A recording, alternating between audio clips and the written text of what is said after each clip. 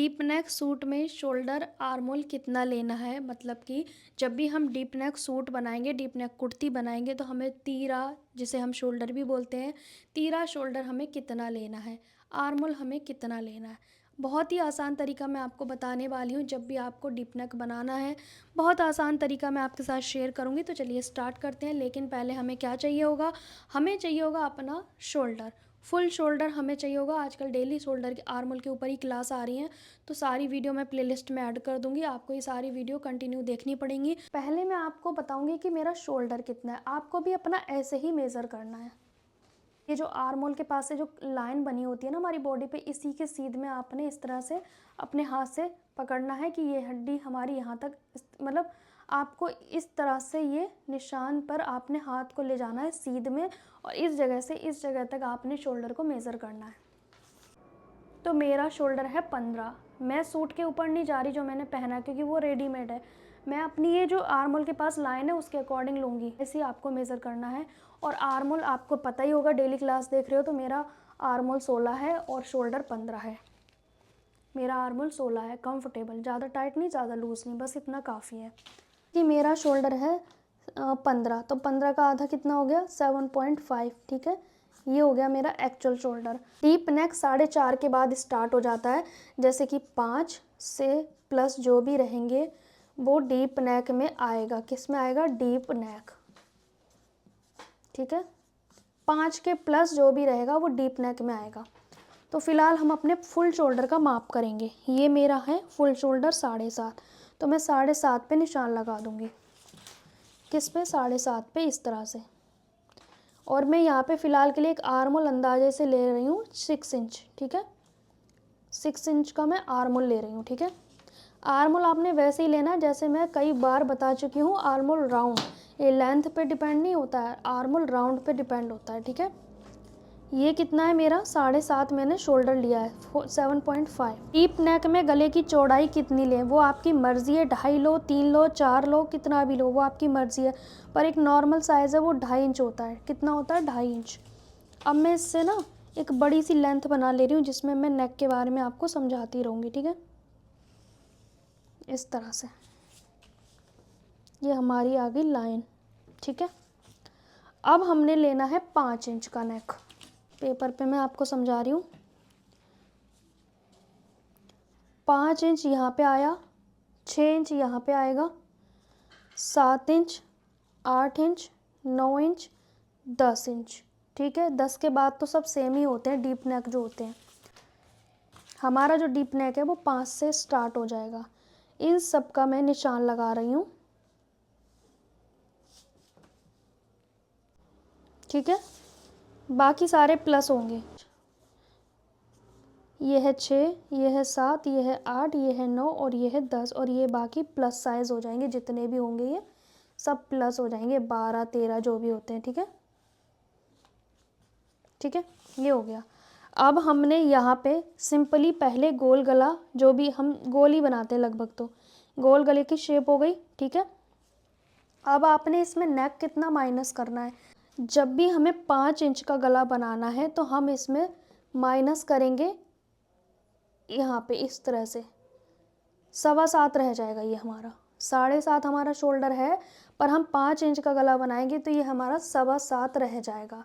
ये हम 1/4 inch minus कर देंगे इस तरह से। ठीक है, क्वार्टर मैंने आपको पहले भी बताया हुआ है, जैसे कि जैसे कि 7.5 और 7 के बीच में जो लाइन रहेगी उतना आपने माइनस करना है। ठीक है, ये हो गया। यहाँ पे हमारा रह गया 7.25 5 इंच के गले में। ठीक है, कितना रह गया, 7.25। मैं इस तरह से लिखती हूँ 7.25। फिर उसके बाद हमारा आएगा 6 इंच का गला, तो 6 इंच के गले में हम और माइनस कर देंगे कितना, 1/4 इंच और माइनस कर देंगे, तो हमारा आ जाएगा यहाँ पे 7। ठीक है, 6 इंच के गले के लिए हमने 7 इंच शोल्डर लेना है। ठीक है, ये हो गया। फिर उसके बाद हमारा 7 इंच का गला आएगा, तो हम इसमें माइनस कर देंगे, हम इसमें फिर से 1/4 इंच माइनस कर देंगे, तो ये हमारा आ जाएगा 6.25। कितना, 6.25। ठीक है, ये हमारा, मैं गोलाई भी देती जाऊंगी इस तरह से। ठीक है, कितना रह जाएगा, 6.25। मैं इस तरह से लिखती हूँ। ठीक है, ये 7.25, 7, फिर 6.25। इसी तरह से ना हमारा ये कम होता जाएगा क्वार्टर क्वार्टर क्वार्टर इंच, ठीक है, इस तरीके से।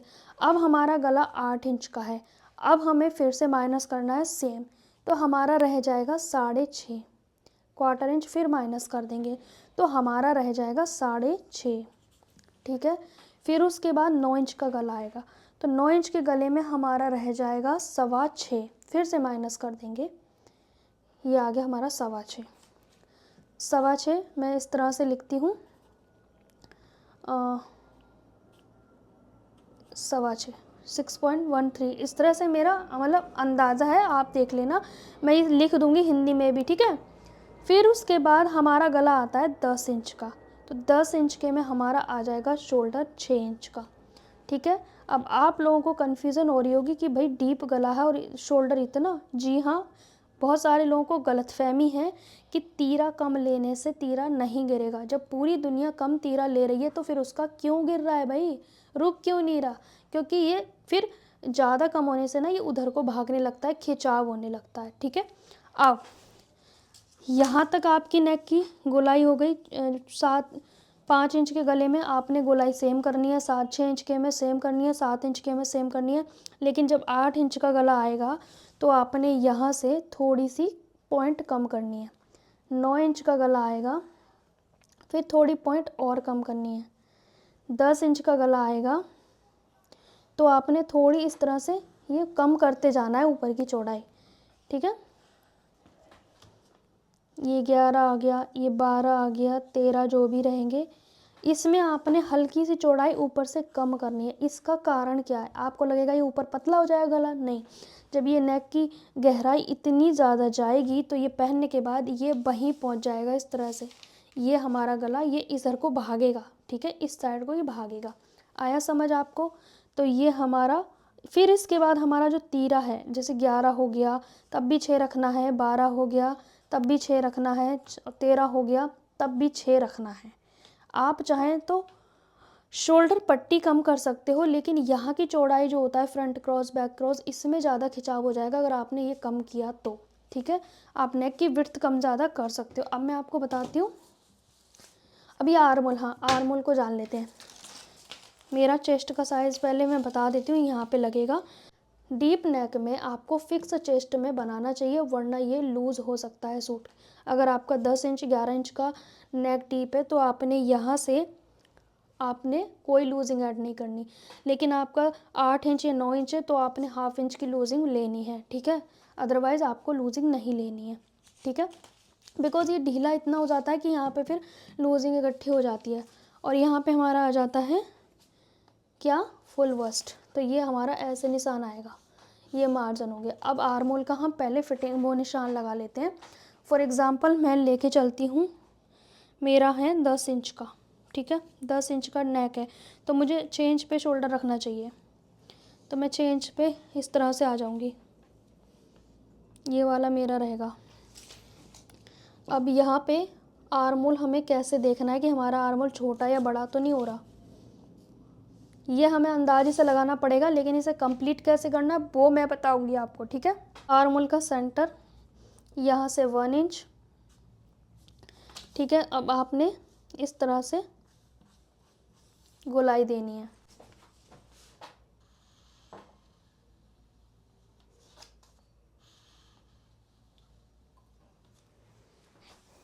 ये हो गया हमारा फ्रंट आर्मोल, ठीक है। अब इसकी हमने आर्मोल मेज़रमेंट देखनी है। अब इसमें दो तरह से आपको आर्मोल लेना पड़ेगा। अगर आप आर्मोल प्लेट डाल रहे हो तो हाफ इंच एक्स्ट्रा होना चाहिए, आर्मोल प्लेट नहीं डाल रहे हो तो हाफ इंच कम होना चाहिए। अब मुझे चाहिए, मेरा आर्मोल है 16, तो 16 का आधा कितना होता है, 8, मुझे 8 चाहिए। तो फ़िलहाल हमारा 8.5 आना चाहिए, क्योंकि आधा इंच हमारा शोल्डर की सिलाई में जाएगा। इस तरह से हम मेज़र करेंगे इसकी गोलाई को, ठीक है। ये कितना आ रहा है, 9 इंच के 8.25 आ रहा है, तो हमें 8 करने, मेरे को चाहिए कितना, 8.5, तो 8.25 आ रहा है। 1-2 पॉइंट से तो खैर फ़र्क नहीं पड़ेगा, लेकिन अगर ये 9 आ रहा होता तो मैं क्या करती, मैं इस वाली चेस्ट लाइन को थोड़ा ऊपर लाती और आर्मोल को कम करके फिर से मेज़र करती। जैसे कि मान लीजिए मेरा ये चेस्ट लाइन मैंने ऊपर ले लिया फॉर एग्ज़ाम्पल के लिए, तो मैं यहाँ पे जा रही हूँ, तो मेरा देखो 8.5 कंप्लीट हो गया। आपका आर्मोल अगर बड़ा आ रहा है तो आपने चेस्ट लाइन ऊपर ले जानी है, आर्मोल छोटा आ रहा है तो चेस्ट लाइन नीचे ले जानी है। इस आर्मोल को मेज़र करना है, ये लेंथ पे मत जाओ कि 5 लिया है 6 लिया है मैम ने कितना लिया है, नहीं, इससे कोई फ़र्क ही नहीं पड़ता है, क्योंकि यही लेंथ आपकी चेस्ट कम है तो यही लेंथ आपके लिए कम पड़ेगी, चेस्ट ज़्यादा है तो ये लेंथ आपको ज़्यादा पड़ेगी, क्योंकि आर्मोल ऐसे तो बढ़ ही रहा है, ऐसे भी तो बढ़ रहा है, जितनी चेस्ट दूर जा रही है ये वहीं तक जा रहा है ना आर्मोल। अगर मान लो किसी की यहाँ तक चेस्ट है तो ये आर्मोल तो फिर वहीं तक जा रहा है ना, इस तरह से देखो, ये तो 11 आ गया आर्मोल, नहीं ना। तो हमें चेंज, आप सोच रहे हो ना कि चेंज सबके लिए फिक्स है, नहीं, ये चेंज पतले लोगों के लिए, तो मान लो किसी की चेस्ट 30 है तो ये 7.5 तो यहीं पे ख़त्म हो गया ना, समझ रहे हो। तो ये चेंज की लेंथ पे नहीं जाना है, आपने अपने राउंड पे जाना है। देखो मेरा मेथड यही है, ऐसे ही समझना पड़ेगा आपको, डिफ़िकल्ट लग रहा होगा बट यही करना पड़ेगा और कोई चारा नहीं है। अब जैसे किसी को चाहिए, अब यहाँ पे ना एक चीज़ और बता दूँ, यहाँ पे ना फ्रंट क्रॉस ये होता है, हमारे आर्मल के बीच का सेंटर को हम फ्रंट क्रॉस बोलते हैं। जैसे मेरा क्या है ना, इससे कम मैं नहीं कर सकती हूँ, ये 12 है तो 12 से कम मैं किसी कीमत पे नहीं कर सकती कि 5.5 कर दूँ। वजह यहाँ पे है खिंचाव की, इस जगह पे अगर कम हो गया तो ये खिंचेगा ही खिंचेगा। आप सब क्या करते हैं ना, 5.5 यहाँ से ले लो, यहाँ भी 5.5 ले लो, फिर ऐसे लगा दो, फिर वो भागता है। क्यों भागता है? क्योंकि ये जो जगह है यहाँ पे जुड़ी होती है बाजू, बाजू खींचती है उधर, क्योंकि हम हाथ को मूवमेंट करते हैं। अगर आप स्लीवलेस पहनोगे तो क्यों नहीं खींचता? क्योंकि बाजू नहीं जुड़ी ना उसमें, इसमें बाजू जुड़ी है। तो ये जो चौड़ाई है ना, आपको कम नहीं करनी है, आप अपने फ्रंट क्रॉस से मेज़र कर लेना, ये कम नहीं करनी है, ठीक है। फ्रंट क्रॉस मुझे लगता है जो हमारा फुल शोल्डर है उससे 1 या 1.5 इंच कम होता है, इससे ज़्यादा कम नहीं होता। अब आपने देखे होंगे बहुत सारे लोग शोल्डर पट्टी तो कम पहनते हैं पर यहाँ का स्पेस उनका ठीक होता है, इसीलिए होता है। जैसे किसी को शोल्डर पट्टी कम पहननी है तो वो क्या करेंगे, वो यहाँ का नहीं छेड़ेंगे, इस पॉइंट को नहीं छेड़ेंगे, वो इस तरह से, मान लो मुझे मेरा नेक यहाँ पे आ रहा है, ठीक है, मुझे चाहिए भाई, मुझे 2 इंच की शोल्डर पट्टी चाहिए, मुझे नहीं चाहिए ज़्यादा, तो मैं यहाँ पे इसको ऐसे करूँगी और यहाँ मिला दूँगी इसको ऐसे, ठीक है। हम इसको नहीं छेड़ेंगे, यहाँ खिंचाव की समस्या पैदा हो जाएगी, हम बस इसको छेड़ेंगे, शोल्डर पट्टी को। अब ये शोल्डर पट्टी कम रखनी है ज़्यादा रखनी है वो आपका अपना चॉइस है, बट इस पॉइंट को हम नहीं छेड़ेंगे, ठीक है। कि भाई आपने सोचा मैं यहाँ से सीधा सीधा ले लेती हूँ और निशान लगा दूँगी, तो ये 4 इंच का जो 5 इंच का है ये खिंचाव तो आएगा ही आएगा, क्योंकि इस पॉइंट पर स्लीव जुड़ी हुई है, समझ रहे हो। तो आपने शोल्डर जितनी रखनी है उतना रख सकते हो, बाकी जो मैंने बताया है उसके अकॉर्डिंग भी रख सकते हो। तो फ़िलहाल के लिए अभी आप ये लाइन तो भूल ही जाएं, जो मैंने बताई है उसी पे ध्यान रखें, ये वाली। अब बैक आर्मोल का शेप कैसे देंगे? बैक आर्मोल का शेप आपने देना है यहाँ से 2 इंच की दूरी पे, ठीक है।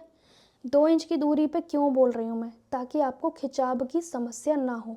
अगर आप 2 इंच की दूरी पे भी नहीं समझ आ रहा है आपको, तो आपने क्या करना है, यहाँ से इसका हाफ करना है यहाँ पे, और ये वाले निशान को यहाँ मिलाना है, ठीक है, और ये गोलाई कर देनी है।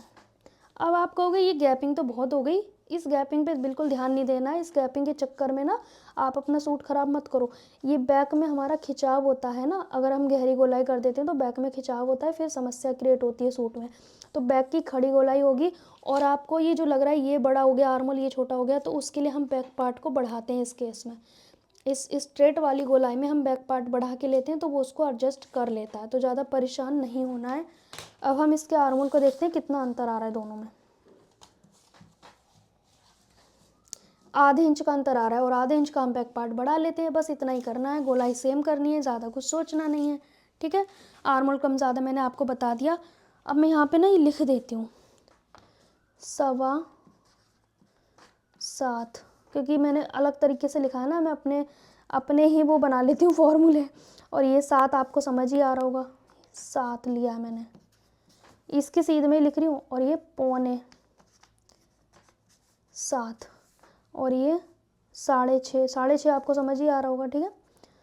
और ये कितना है, 6.25, और ये है 6, और ये बाकी 6, 6, 6, ठीक है।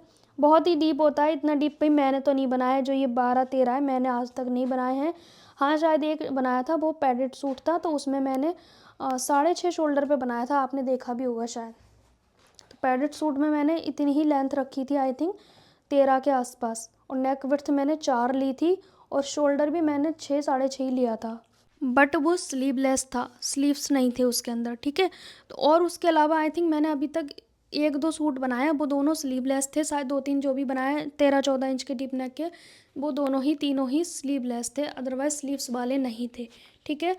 और पैडेड सूट थे वो सारे। तो आई थिंक आपको मैंने बता दिया है, फिर भी मैं दोबारा रिपीट करती हूँ। फुल शोल्डर का अपने आप लोगे अपना मेज़रमेंट, फिर जितना नेक बनाओगे उतना आपने माइनस करते जाना है, क्वार्टर क्वार्टर क्वार्टर, ठीक है। 1 इंच के 4 हिस्से कर लो, उतना ही आपने माइनस करना है चौथाई। 1 इंच का जो चौथाई भाग होता है ना, ये जो 7.5 और 8 के बीच में ना एक लाइन है ये वाली, उतना आपने माइनस करना है। 7.5 और ये 8, इसके बीच में जो लंबी लाइन है इतना माइनस करना है, ठीक है।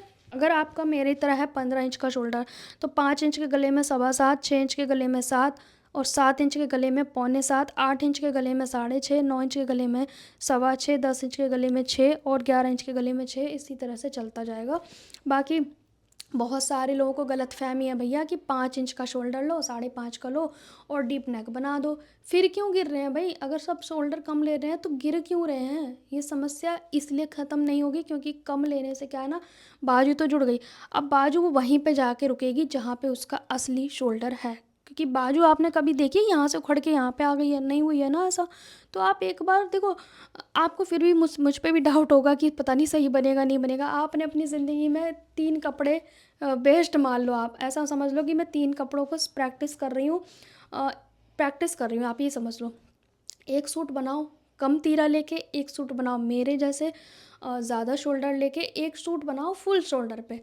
आपको तीनों में ये समझ में आ जाएगा कि कितने शोल्डर पे सेम डीप नेक बनाओ, कौन सा सही बैठ रहा है, ठीक है। आप अपने आप उसको प्रैक्टिस करो, उसको क्या बोलते हैं, एक्सपीरियंस करो, ठीक है। आपको समझ में आएगा कि कम तीरे वाला कंफर्टेबल है या ज़्यादा तीरे वाला कंफर्टेबल है, कौन सा कंफर्टेबल है। एक सूट तो मैंने बनाया था जिसे फुल शोल्डर पे मैंने डीप नेक बनाया था, वो सूट मेरा शायद जब मैं यूट्यूबर नहीं थी तब बनाया था।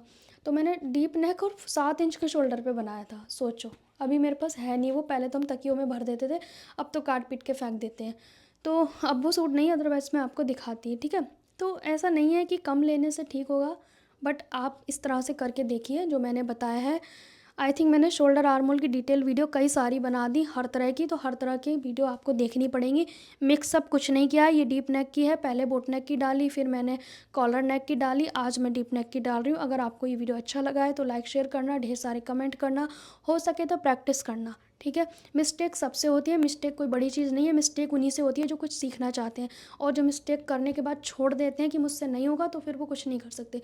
लेकिन मिस्टेक होने के बाद उधेड़ के दोबारा बन रहे हैं, उधेड़ के दोबारा बन रहे हैं, तो अच्छा हो जाता है। क्योंकि जितना दही को मथेंगे उतना ही घी निकलेगा, अदरवाइज़ उसे छोड़ देंगे तो ना वो दही रहेगा ना ही वो घी बनेगा, वो ख़राब हो जाएगा, वो दूध भी नहीं रहेगा। तो आपने थोड़ा सा मेहनत करनी है बस, ठीक है। सो मिलेंगे गाइस नेक्स्ट क्लास में, तब तक के लिए बाय बाय।